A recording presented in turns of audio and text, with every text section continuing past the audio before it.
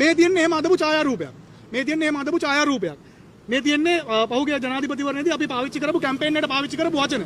මේ තියන්නේ පොදු ජන පෙරමුණේ ලාංඡනය. මේ තියන්නේ ඔය අත්තඩං ගොඩගත්ත කාන්තාව සායගේ නම. ශ්‍රී ලංකා පොදු ජන පෙරමුණ නියෝජනය කරමින් අද පැමිණිල්ලක් ඉදිරිපත් කළ අපරාධ පරීක්ෂණ දෙපාර්තමේන්තුවට පැමිණිල්ල තමයි මේ වෙනකොට විශේෂයෙන් පහුගිය අවුරුද්ද ඇතුළත වර්තමාන ආණ්ඩුව පත් වුණාට පස්සේ විශේෂයෙන්ම ශ්‍රී ලංකා පොදු ජන පෙරමුණ පක්ෂය පක්ෂ නාමය ඒ වගේම පක්ෂයේ නායක මහින්ද රාජපක්ෂ හිටපු ජනාධිපතිතුමා සහ ජාතික සංවිධායක නමල් රාජපක්ෂ සහ සෙසු පක්ෂයේ නායකින් ඉලක්ක කරමින් දිගින් දිගටම සිදු කරන සමාජ මාධ්‍ය තුළ විශේෂයෙන්ම සිදු කරන අසත්‍ය ප්‍රචාර සම්බන්ධයෙන් අපි අපරාධ පරීක්ෂණ දෙපාර්තමේන්තුවට පැමිණිලි කරා.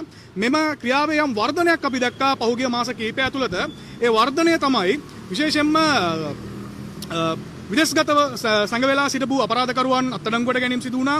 ඒ වගේම විවිධ මත්ද්‍රව්‍ය සහ මත්ද්‍රව්‍ය නිෂ්පාදනයට ගන්න රසායන ද්‍රව්‍ය පොලිසිය විසින් සොයාගත්තා. මේ වගේ දේවල් සිදු වෙනකොට පොලිස් පරීක්ෂණ විධිමත්ම ක්‍රියාත්මක වෙනකොට මේ පොලිස් පරීක්ෂණ නොමග යවන අරමුණින් මේකට යම් දේශපාලනීකරණයක් කිරීමක් මේකට දේශපාලන අර්ථයක් දෙන්න අර මජර විදියට මේ වැඩේ දේශපාලනය කරන්න බලාපොරොත්තුෙන් මේ දේවල් වලට යම් ආකාරයකට චෝදනාවක් පොදු ජන පෙරමුණට ඉදිරිපත් කළා. හිටපු ජනාධිපති මහින්ද රාජපක්ෂ ජනාධිපතිතුමාට ඉදිරිපත් කළා.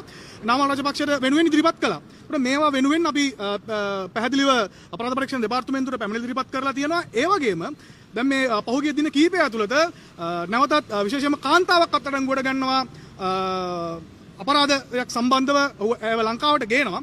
ඒ ගෙනාවට පස්සේ සහ ඇය පසුපස මේ සිදු කරන පරීක්ෂණ ඉලක්ක කරමින් ඇයව සහ ඇයට අනුබල දුන්නාය කියලා මේ වනකොට අනාවරණය කරගෙන ඉන්න පුද්ගලයන් ශ්‍රී ලංකා පොදු ජන පෙරමුණට සම්බන්ධයි.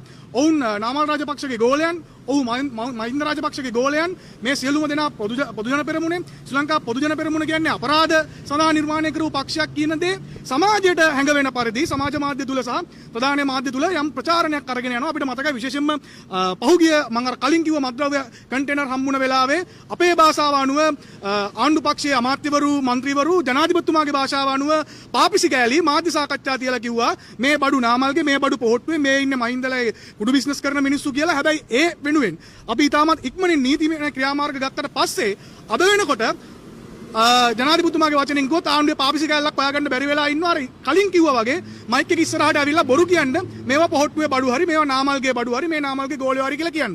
ඒ වෙනුවට සංවිධානාත්මකව විවිධ ව්‍යාජ ගිණුම් හරහා ව්‍යාජ පිටු හරහා විවිධ accounts වලින් සමාජ මාධ්‍ය ප්‍රචාරය කරනවා මේ දේවල් අහවල් පක්ෂ අහවල් නායකයන් කියලා. මං බලන මිනිස්සුන්ට දැනගන්න ජනතාවට දැනගන්න එකක් පෙන්වන්නම්. මේ තියන්නේ එහෙම අදපු ඡායාරූපයක්. මේ තියන්නේ එහෙම අදපු ඡායාරූපයක්.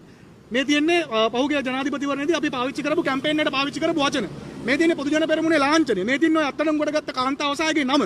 සහ මේ ඉන්නේ යම් ආකාරයකට චෝදනාවක් කෙල්ලලා තියෙන පුද්ගලෙක්. එතකොට මේ සියලුම දේවල් එක තැනකට ගෙනල්ලා තාක්ෂණය භාවිතා කරලා මේවා එකතු කරලා යම් කිසි කෙනෙක් මේ වගේ ෆොටෝ එකක් හදලා සමාජ මාධ්‍යයට දාන්නේ නැහැ නිකන්. ඒ තාක්ෂණය තමන් ළඟ තියෙන දැනුමට ඒ හැකියාවට යම් කිසි මුදලක් වය කරනවා. ඒකට මේ වගේ ෆොටෝ එකක් හදන්නේ. ඊට පස්සේ මේක ප්‍රවෘත්තිමය වටිනාකමක් දීලා විවිධ පිටුවරහා යවන්නේ යම් කිසි මුදලක් උඩ ලැබෙන නිසා අපි විශ්වාස කරනවා මේ පිටිපස්සේ යම් ප්‍රචාරණ යාන්ත්‍රණයක් සංවිධානාත්මකව සල්ලි වෙනකන් කරලා කරනවා කියලා. මොකද පොදු ජන පෙරමුණෙන් මේ වගේ එකක් හදන්නේ නැහැ නේ කවදාවත්. ඉතින් මේක තමයි යථාර්ථය. මේ වගේ විශාල සංඛ්‍යාවක් අපි මේ වෙනකොට පැමිණිලි බාර දීලා තියෙන අපරාධ පරීක්ෂණ දෙපාර්තමේන්තුවේ මේ වගේ බොරු හදපු ඒවා. ඉතින් මේ දේවල් වලට විනිවිද පරීක්ෂණයක් අපි බලාපොරොත්තු